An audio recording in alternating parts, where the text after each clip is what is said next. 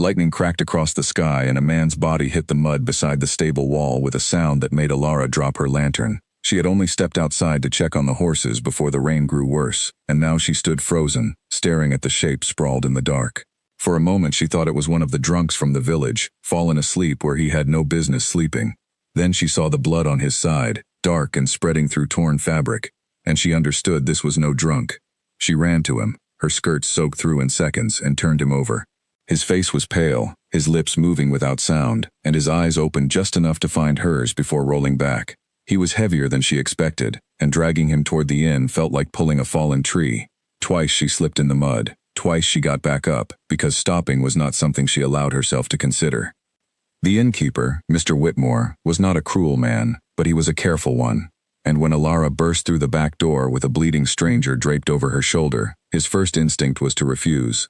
Strangers who arrived wounded in the middle of a storm brought trouble with them, he said.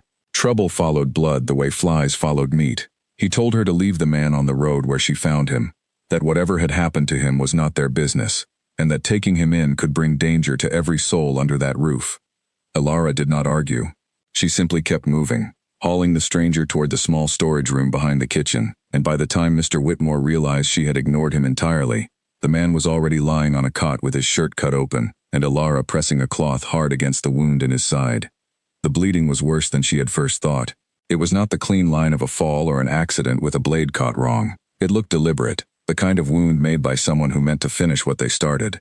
She had seen enough injuries in her years working the inn to know the difference between an accident and an attack, and this was clearly the second kind. She worked through the night, boiling water, tearing clean linen into strips, pressing and binding and praying under her breath, though she had never been a particularly religious woman. Somewhere past midnight, the man's eyes opened again, clearer this time, and he looked at her with something between confusion and fear. He asked where he was. She told him. He asked if anyone had seen him arrive. She hesitated before answering, and that hesitation seemed to trouble him more than the pain in his side. He gripped her wrist with surprising strength for a man who had just lost so much blood, and told her that no one could know he was there. Not the innkeeper, not the villagers, not anyone who might pass through and ask questions.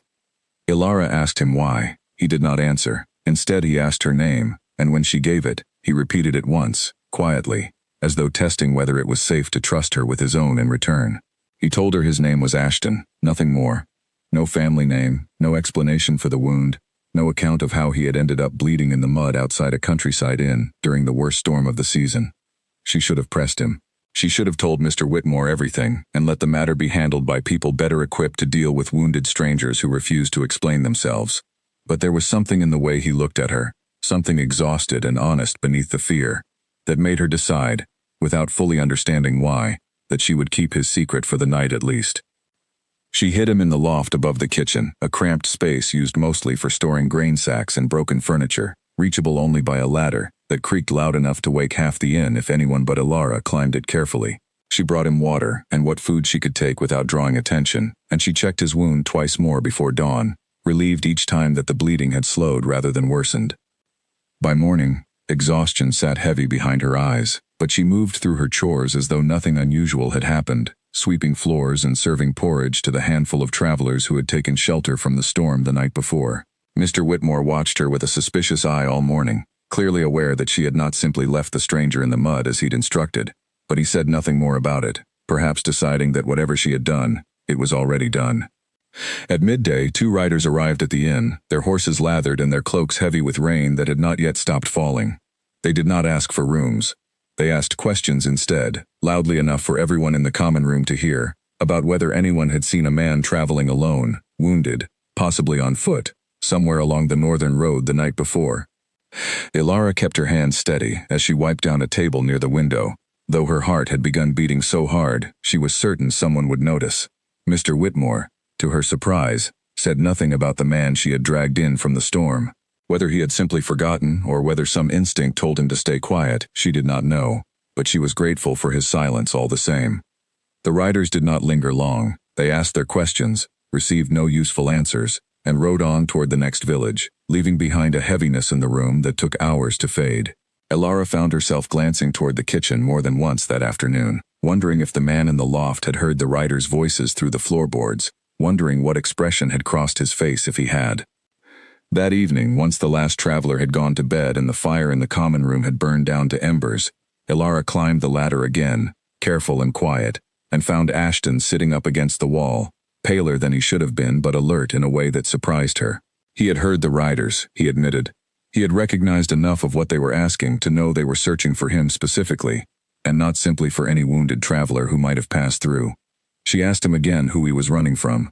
He looked at her for a long moment, weighing something behind his eyes, and then told her only that there were people who wanted him dead, and that the fewer details she knew, the safer she would be if those people ever came asking. It was not the answer she wanted, but something about the steadiness in his voice, the way he seemed more concerned for her safety than his own, made her decide not to push further that night. She changed the dressing on his wound, noting with quiet relief that it looked cleaner than it had the night before. The bleeding stopped entirely now, though the skin around it remained swollen and warm to the touch. He watched her work with an expression she couldn't quite place, something between gratitude and disbelief, as though he was not accustomed to anyone tending to him with such care and asking nothing in return. Before she left him for the night, he caught her hand once more, gentler this time than his grip the night before, and thanked her, not with the practiced words of a man used to giving thanks out of obligation, but plainly, simply, as though the gesture itself surprised him. She told him to rest, and climbed back down the ladder into the sleeping inn, unaware that the decision she had made in the storm, to save a stranger who could not even tell her his true name, had already set something in motion that neither of them could yet see the shape of. Outside, the rain finally began to ease, but far down the northern road, the two riders who had questioned the inn that afternoon reined in their horses at a crossroads, conferring quietly under the dripping trees. One of them pulled a folded paper from beneath his cloak, a crude sketch of a man's face drawn in charcoal, and studied it a moment, before tucking it away again. They had not found what they were looking for at the inn, but they had not ruled it out either, and come morning, they intended to return. 3 days passed before Ashton could stand without support, and in those 3 days, something shifted between him and Ilara that neither of them named out loud.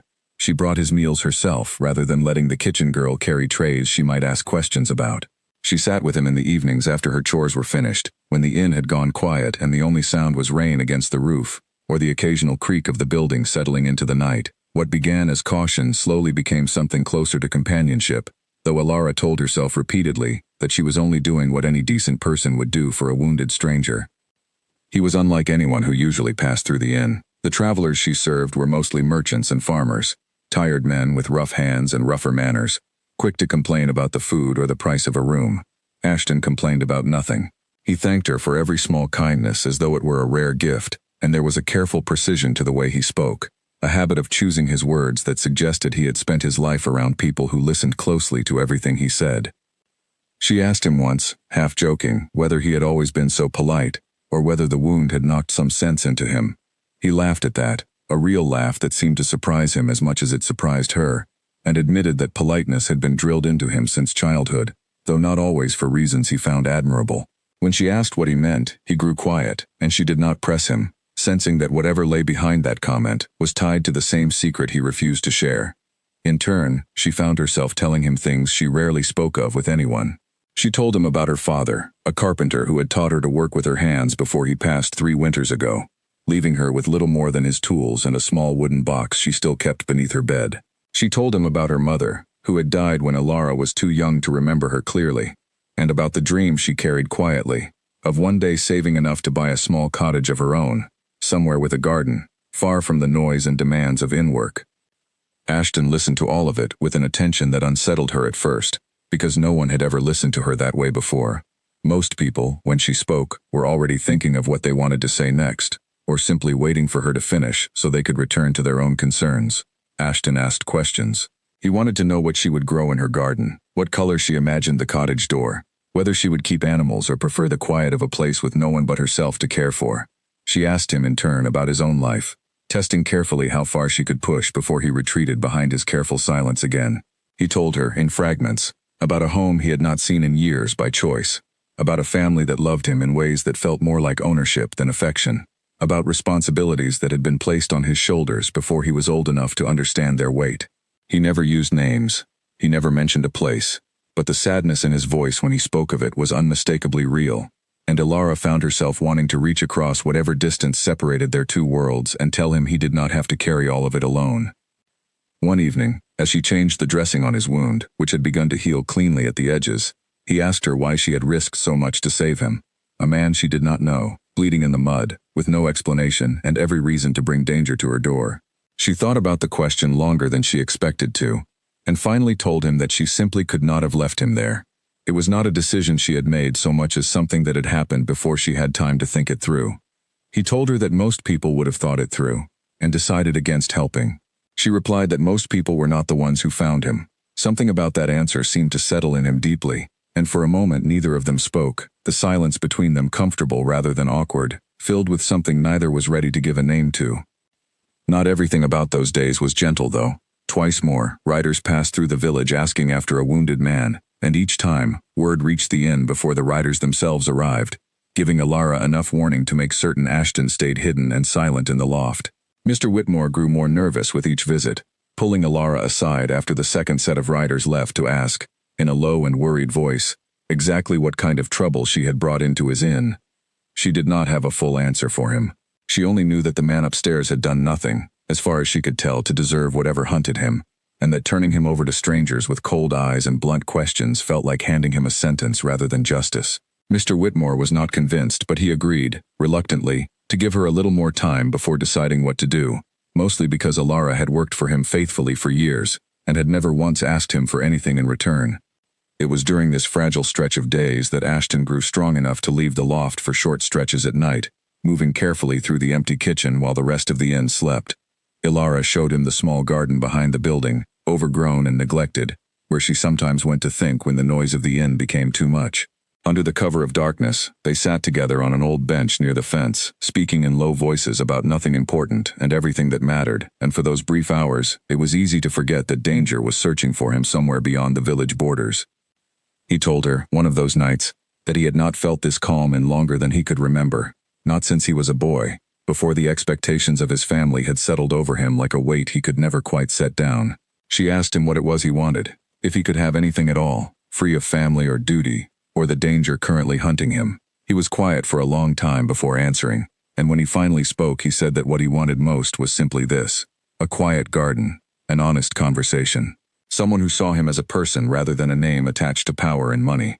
Alara did not know then how literally true that last part was, though something in the careful way he avoided ever giving her his full name should have told her more than it did. She was too caught up in the warmth of those evenings, too grateful for a companionship that asked nothing dishonest of her, to notice how carefully he was guarding the truth of who he really was. Toward the end of that week, a letter arrived at the inn, addressed to no one in particular, left by a traveling merchant who claimed a stranger on the road had paid him to deliver it. Mr. Whitmore, curious and increasingly anxious about the shadow hanging over his inn, opened it himself before Alara could intervene. Inside was a short and urgent message, warning that a nobleman had gone missing after an ambush on the northern road, that men loyal to those responsible were searching every inn and village between the capital and the coast, and that anyone found sheltering him without reporting it to the proper authorities would be considered complicit in whatever fate befell him. Alara read the letter twice before the weight of it settled fully in her chest. She thought immediately of Ashton, of his careful silence about his past, of the wound that had looked far too deliberate to be an accident, of the riders who had come asking not once but 3 times now. She told herself it was a coincidence, that plenty of men might be missing along that road, that Ashton's quiet nature and gentle manner had nothing to do with nobility or ambush plots. But even as she reasoned with herself, a small and persistent doubt had already begun to take root, and she knew, whether she wanted to admit it or not, that the truth about the man in her loft was far larger than she had allowed herself to imagine. The sound of boots on gravel woke Alara before dawn. Too many footsteps for a single traveler, too heavy and deliberate for anyone simply passing through. She sat up in her narrow bed above the kitchen, heart already racing, and crept to the small window overlooking the front yard of the inn. What she saw stole the breath from her chest. 5 men on horseback had gathered outside, their cloaks dark and unmarked, their faces hard in the gray morning light, and at their center, a man who carried himself with the cold confidence of someone used to giving orders that were never questioned. She did not wait to see what they wanted. She moved through the inn faster than she had ever moved in her life, careful to keep her footsteps light, and climbed the ladder to the loft where Ashton slept. He woke the moment she touched his shoulder, alert in a way that told her this was not the first time he had needed to wake quickly and think clearly under pressure. She told him what she had seen, and watched the color drain further from his already pale face. He knew who led those men, he admitted, his voice low and urgent. A man named Edmund Vale, a distant cousin with a claim to everything Ashton stood to inherit, a claim that would only become real if Ashton never made it home alive. The ambush on the northern road had not been random, it had been planned, carried out by men in Edmund's employ, and the fact that Edmund himself had now come looking meant he was no longer willing to leave the matter to chance. There was no time for Alara to fully absorb what this meant, no space to ask the dozens of questions suddenly crowding her mind. Downstairs, she could already hear Mr. Whitmore's voice, tight with nerves, greeting the visitors and asking what business brought them to his humble inn so early in the morning. A second voice answered, smooth and unhurried, explaining that they were searching for a man who might have passed through recently, injured, possibly claiming a false name. Alara's mind raced through their options. The loft had no other exit, nothing but the single ladder that led down into the kitchen where the men might already be standing. She looked around desperately, and her eyes landed on the narrow gap behind the grain sacks stacked against the back wall, just wide enough for a person to squeeze into if they did not mind the discomfort of hiding among rough burlap and scattered dust. It was not much of a plan, but it was the only one available to them in the seconds they had left. She helped Ashton into the gap, pressing sacks around him until he was fully hidden from view, and then forced herself to breathe evenly as she climbed back down the ladder into the kitchen, arriving just as the back door opened and one of Edmund's men stepped through, his eyes sweeping the room with the practiced suspicion of someone paid well to notice details others might miss. He asked her, without preamble, whether she had seen a wounded stranger in the past week. Alara made herself meet his gaze directly, though her pulse hammered so hard she was certain he could hear it. She told him no, that the only strangers passing through lately had been merchants and the occasional farmer heading to market. Nothing unusual, nothing worth his attention. The man studied her for a long moment, long enough that she began to wonder if her voice had betrayed her, before finally turning and moving toward the ladder leading up to the loft. Her stomach dropped as he set his boot on the first rung, testing its weight before climbing. She thought quickly, forcing a note of irritation into her voice as she told him that space was only used for grain storage, that he was welcome to look but would find nothing but dust and rats for his trouble. Whether it was her tone or simply his own impatience, the man hesitated, glanced once more around the kitchen, and then stepped back down, apparently deciding the loft was not worth the effort. Alara did not allow herself to relax, not with Edmund Vale himself still standing in the common room, questioning Mr. Whitmore with a patience that felt more dangerous than any shouted threat could have been.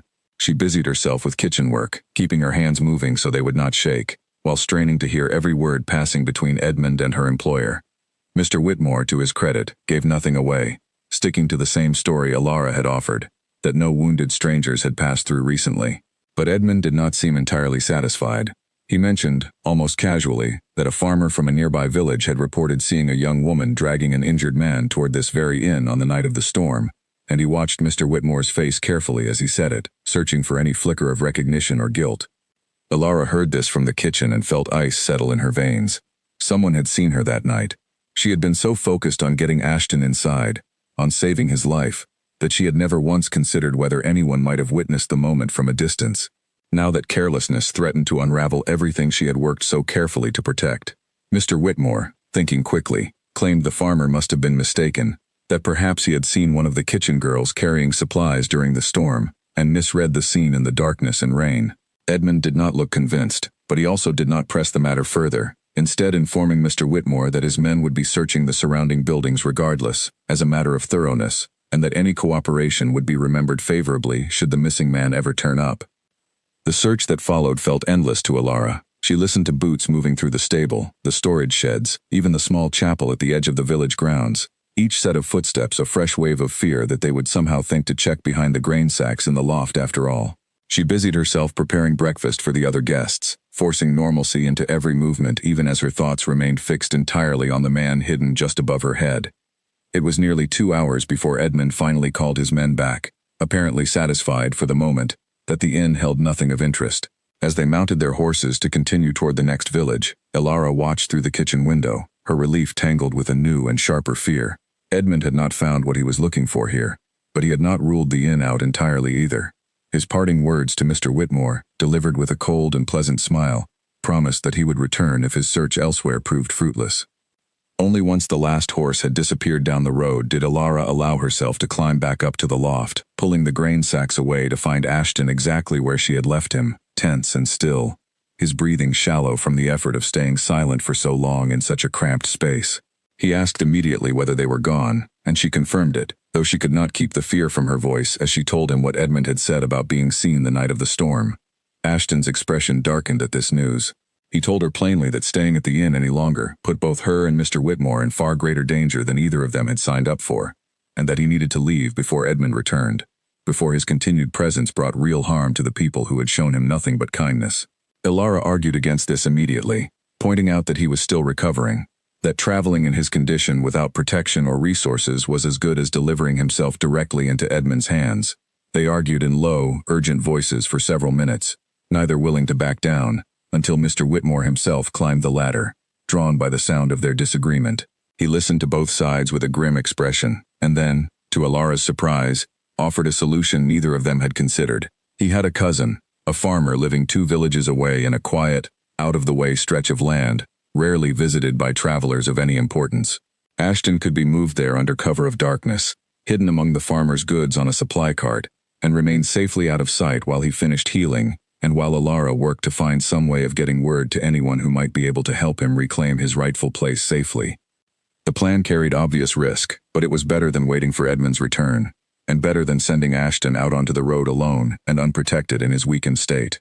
That night, once the inn had gone quiet and the last traveler had retired to bed, Mr. Whitmore brought his cart around to the back entrance, and together he and Alara helped Ashton down from the loft and settled him among sacks of grain and crates of vegetables, arranging the cargo carefully to hide him from any casual glance.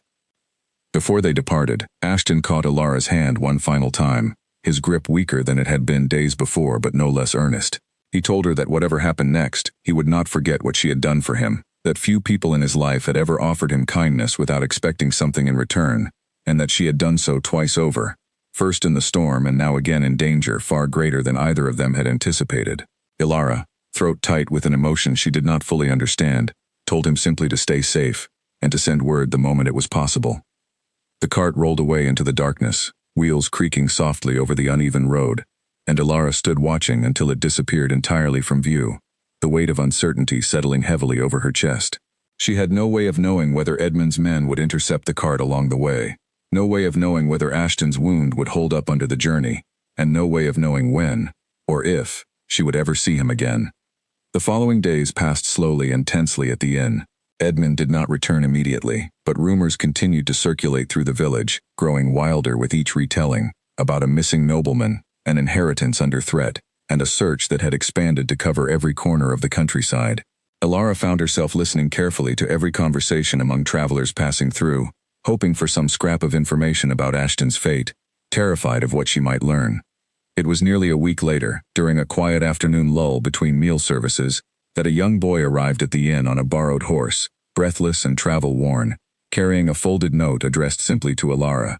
Her hands trembled as she opened it, recognizing immediately the same careful, precise handwriting she had seen in the short messages Ashton occasionally left for her during his recovery. The note was brief, informing her that he had arrived safely at the farmer's cottage, that his wound was healing well under the care of a local healer, and that he needed to see her as soon as she could safely arrange to travel. There was something else in the note too, something that made her read it 3 times before the full weight of it settled over her. He had written that there were things he needed to tell her, things he should have told her from the very beginning, and that he owed her the truth now more than ever, whatever consequences that truth might bring to whatever had grown between them during those quiet nights in the storm. Alara borrowed a horse from Mr. Whitmore and set out for the farmer's cottage the following morning, her mind circling endlessly around what Ashton's note might mean. She told herself it could be anything, some small confession about his past, some detail about his family that he had been too ashamed to share earlier. But a quiet, persistent voice in the back of her mind kept returning to the letter Mr. Whitmore had opened days before, the one warning of a missing nobleman, and the coincidence had grown too large to ignore entirely. The ride took the better part of 2 hours, along quiet roads bordered by hedgerows and open fields, and by the time the small stone cottage came into view, Alara's nerves had wound themselves into a tight knot she could not seem to loosen. She had barely dismounted when the cottage door opened, and instead of Ashton, or the farmer she expected, she found herself facing a group of finely dressed men standing in the small front yard, several of them armed, all of them bearing on their cloaks an embroidered crest she did not recognize but instantly understood to be significant. Her first instinct was fear, sharp and immediate, the same fear that had gripped her the morning Edmund's men arrived at the inn. But before she could turn to flee, the cottage door opened again, and Ashton stepped out, dressed now in clothing far finer than the torn and muddied garments she had first found him in, his posture straighter, his bearing entirely different from the humble, grateful man who had thanked her so earnestly for every small kindness. The armed men around him immediately dropped into respectful bows, and one stepped forward to address him not as Ashton but as Your Grace, informing him that reinforcements had arrived and that the threat from Edmund Vale's men had been located and was being dealt with by loyal soldiers stationed along the northern roads. Alara stood frozen in the yard, watching this scene unfold, feeling as though the ground beneath her had quietly shifted without warning. Ashton, or whoever he truly was, turned toward her immediately, his expression somewhere between relief at seeing her safely arrived and clear discomfort at being witnessed in this new and unfamiliar context. He asked the soldiers for a moment alone, and though they hesitated, clearly unused to leaving him unguarded, they eventually withdrew to a respectful distance, leaving the two of them standing together in the yard. He began to explain before she could ask a single question, his words coming quickly, almost desperately, as though he feared that any pause might allow her to walk away before he finished. His full name, he told her, was Alaric Thornwood, Duke of a substantial estate to the north, heir to a title and fortune that had made him a target his entire life, for those who wished to control it through him, or remove him from it entirely. The ambush on the northern road had been orchestrated by his cousin Edmund, who stood to inherit everything should Alaric die without an heir of his own, and the wound she had tended so carefully in the storm had been the result of that very ambush, an assassination attempt that had very nearly succeeded. He told her he had given her a false name that first night out of pure instinct, terrified that revealing his identity would either endanger her further or change the way she treated him entirely, turning her care into something transactional rather than genuine. As the days passed and the connection between them deepened, he had grown more and more afraid to correct the lie, worried that the truth would shatter something precious that had grown between two people who, for the first time in his life, had nothing to do with rank or fortune or duty. Alara listened to all of this in silence, her thoughts tangled and raw. Part of her understood his fear, understood why a man in his position might hesitate to reveal a truth that could change everything so completely. But another part of her, the part that had spent sleepless nights worrying over his wound, that had shared her father's memory, and her quiet dreams of a cottage garden with a man she believed had been just as honest with her, felt the sharp sting of betrayal settling deep in her chest. She asked him, her voice quieter than she intended, whether anything he had told her during those nights in the garden had been true at all, or whether it had simply been easier to share fragments of honesty while hiding behind a false name that carried none of the weight his real one did. Alaric answered immediately, without hesitation, that every word had been true, that the man who sat beside her on that bench, who admired her dream of a quiet cottage garden, who had felt more himself in her company than he had in years surrounded by wealth and expectation, was exactly who he was, false name or true. But Alara could not simply set aside the gap that now stood so clearly between them. A duke and an inn maid belonged to entirely different worlds, worlds that rarely crossed except in stories told to entertain children before bed. She told him plainly that whatever had grown between them in the storm belonged to a world that no longer existed now that she knew the truth, that a duke could not build a life with a servant girl no matter how genuine his feelings might have been in those quiet, secret nights. Alaric's expression, at these words, was not the composed confidence of a man used to getting his way. It was something rawer, something closer to desperation, as he told her that titles and estates had never once made him happy, that the only genuine peace he had known in years had come from sitting beside her in an overgrown garden, talking about nothing important and everything that mattered. He told her that he refused to let fear of scandal or tradition decide who he was allowed to love, and that if she needed time to decide whether she could forgive the lie he had told, he would give her that time, but he would not simply let her walk away without a fight. Before Alara could respond, one of the soldiers returned at a run, his expression tense with urgent news. Edmund Vale, it seemed, had learned of Alaric's location faster than anyone anticipated, likely through a spy planted among the household staff, and was even now approaching the cottage with a group of armed men, intent on finishing what the ambush on the northern road had failed to accomplish. The calm of the yard shattered instantly into controlled chaos as the soldiers moved to secure the perimeter, and Alaric, his focus snapping immediately from personal matters to survival, pulled Alara toward the cottage, insisting she stay close and out of harm's way. She wanted to argue, wanted more time to process everything she had just learned, but the sound of approaching hoofbeats down the road made clear that whatever conversation remained between them would have to wait. From the cottage window, Ilara watched as Edmund Vale himself rode into view at the head of a dozen armed men, his expression cold and determined in a way that left no doubt about his intentions. Alaric's soldiers, though fewer in number, positioned themselves defensively around the cottage, and for a tense, breathless moment, it seemed the confrontation might turn violent immediately, right there in the small farmyard. Edmund called out, his voice carrying easily across the distance, demanding that Alaric surrender himself peacefully, claiming falsely that this would spare the innocent people around him from harm. Alaric, standing tall despite his still healing wound, called back that Edmund's crimes were already known, that soldiers from the capital were already tracking his movements, and that continuing this confrontation would only guarantee his own downfall rather than delay it. For a long moment, neither side moved, the tension stretching thin enough that Ilara found herself holding her breath without realizing it. Then, from down the road, the unmistakable sound of additional riders approaching broke the standoff, and Edmund's expression shifted from confidence to something far more uncertain as a much larger contingent of soldiers, bearing the same crest as Alaric's men, came into view, clearly having tracked Edmund's movements exactly as Alaric had claimed. Realizing he was now badly outnumbered, Edmund's resolve crumbled quickly. He attempted to turn his horse and flee, but the newly arrived soldiers moved swiftly to surround his group, cutting off any escape route before he could put more than a few strides between himself and the cottage. Within minutes, what had threatened to become a violent confrontation resolved instead into a tense but bloodless surrender. Edmund and his men disarmed and taken into custody under the watchful eyes of soldiers loyal to the crown. As the immediate danger passed, Ilara found herself trembling with the release of tension she had been holding since the moment she first heard the approaching hoofbeats.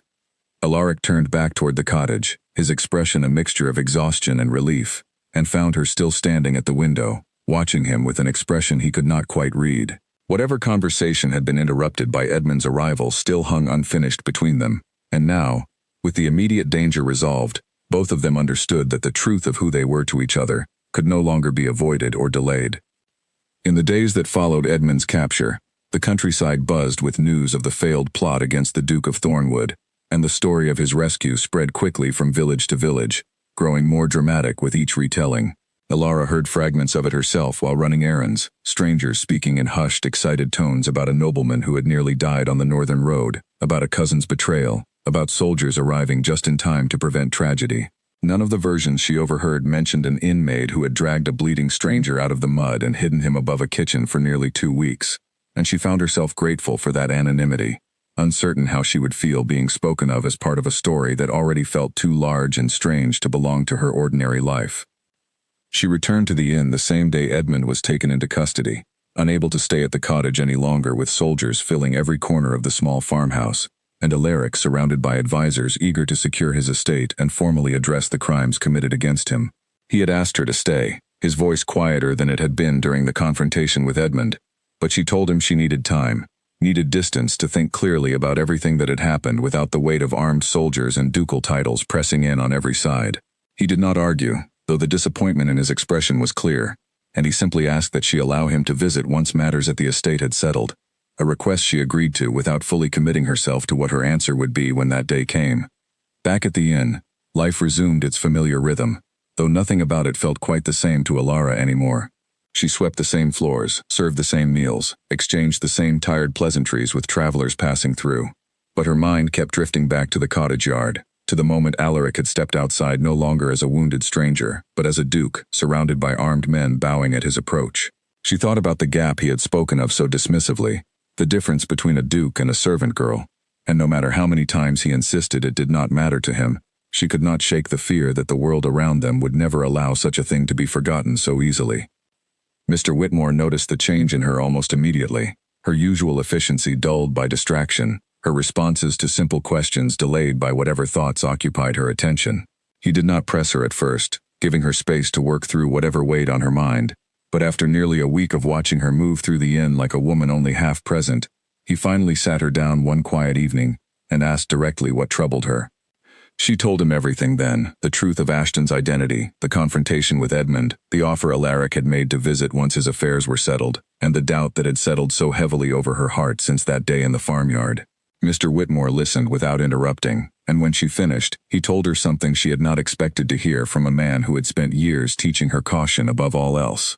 He said that he had watched her work herself nearly to exhaustion, tending a stranger's wounds without once asking what she might gain from it, and that a man capable of inspiring that kind of selfless care, whether duke or farmer or anything in between, was not a man whose affection should be dismissed simply because the distance between their stations felt too wide to cross. His words stayed with her over the following days, turning over in her mind as she went about her work, and slowly, the fear that had gripped her since learning the truth began to soften into something closer to hope, though she remained cautious about allowing herself to fully embrace it. She had been wrong about people before, had trusted kindness that later proved shallow or self-serving, and the stakes here felt higher than anything she had previously risked. If she allowed herself to hope, and that hope proved misplaced, the disappointment would cut deeper than anything she had experienced. Nearly 3 weeks after Edmund's capture, a carriage arrived at the inn, finer than anything the small establishment had ever hosted, and Alara's heart leapt into her throat the moment she saw the familiar crest painted on its door. Alaric stepped out alone, without soldiers or advisors trailing behind him, dressed simply rather than in the formal finery she had seen him wearing at the cottage, and something about that choice, the deliberate simplicity of his appearance, told her he had come not as a duke calling on a subject, but as a man hoping to speak honestly with someone he cared for. He found her in the garden behind the inn, the same overgrown space where they had spent so many quiet evenings together, before Edmund's men ever arrived to shatter the fragile peace they had built. She stood when she saw him approaching, her hands twisting nervously in her apron, uncertain what to say after weeks of turning their situation over endlessly in her mind, without ever settling on a clear answer. Alaric spoke first, his voice steady despite the vulnerability clear in his expression. He told her that the estate had been settled, Edmund formally tried and sentenced for his crimes, the threat against Alaric's life fully resolved for the first time in years. He told her that with that danger gone, he had spent every quiet moment since thinking not about his title or his responsibilities, but about a garden bench and quiet conversations, and the strange, unexpected peace he had found in her company during the worst weeks of his life. He told her plainly that he did not want to return to his estate and resume a life defined entirely by duty and expectation, without knowing whether there was any chance of a future between them, however unconventional that future might look to the rest of the world. Alara listened to all of this, the same doubts and fears she had carried for weeks rising up once more, but this time, standing in the same garden where their connection had first taken root, those fears felt smaller than they had before, less capable of overshadowing the simple truth of how she felt when she was near him. She told him honestly that she was still afraid of a world that would judge her harshly for stepping so far beyond her station, afraid that the warmth between them might not survive the pressures that would surely come from his family, his advisors, the entire structure of a society built on rules she had never been part of.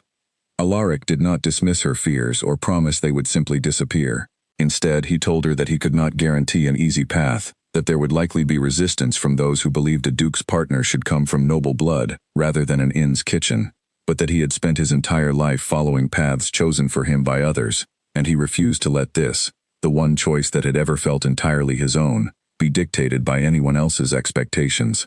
He asked her, not as a duke commanding an answer, but as the man she had once known simply as Ashton, whether she would be willing to face that uncertain path together, rather than letting fear decide the outcome before either of them had the chance to try.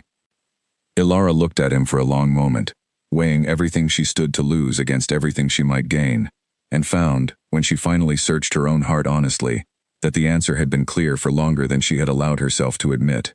She told him that she did not need guarantees of an easy life, only honesty and genuine partnership, the same things he had offered her during those quiet nights in the storm before either of them knew the full truth of who the other was. She told him yes, that she was willing to face whatever came next, not because he was a duke, but because he was the same man who had thanked her so earnestly for every small kindness, who had listened to her dreams of a cottage garden as though they mattered as much as matters of state. The following months brought exactly the kind of challenges Alaric had warned her about, whispered judgments from members of noble society, cautious skepticism from advisors uncertain how to manage a duke's unconventional choice of partner, and the constant adjustment of learning a world entirely unfamiliar to the life Alara had known. But through all of it, the foundation they had built during those quiet weeks at the inn held steady, A partnership rooted not in titles or fortune, but in genuine care, that had proven itself long before either of them understood what was truly at stake. Mr. Whitmore attended their wedding months later, seated near the front among a modest handful of guests from Alara's old life, watching with quiet pride as the woman he had once warned against taking in a wounded stranger stood beside that same stranger, now dressed not in mud-stained clothes but in fine wedding attire, exchanging vows that had nothing to do with duty or arrangement, and everything to do with a bond forged honestly in the middle of a storm. Years later, when people asked Alara how she had come to marry a duke, she rarely mentioned the title at all. She spoke instead of a wounded man collapsed in the mud outside a stable, of a loft above a kitchen, of an overgrown garden where two people spoke honestly for the first time in either of their lives. She would tell them that she had never fallen in love with a duke at all, but with a man who thanked her sincerely for every small kindness, who listened to her dreams as though they mattered, and who chose her, again and again, long after the storm that first brought them together had passed.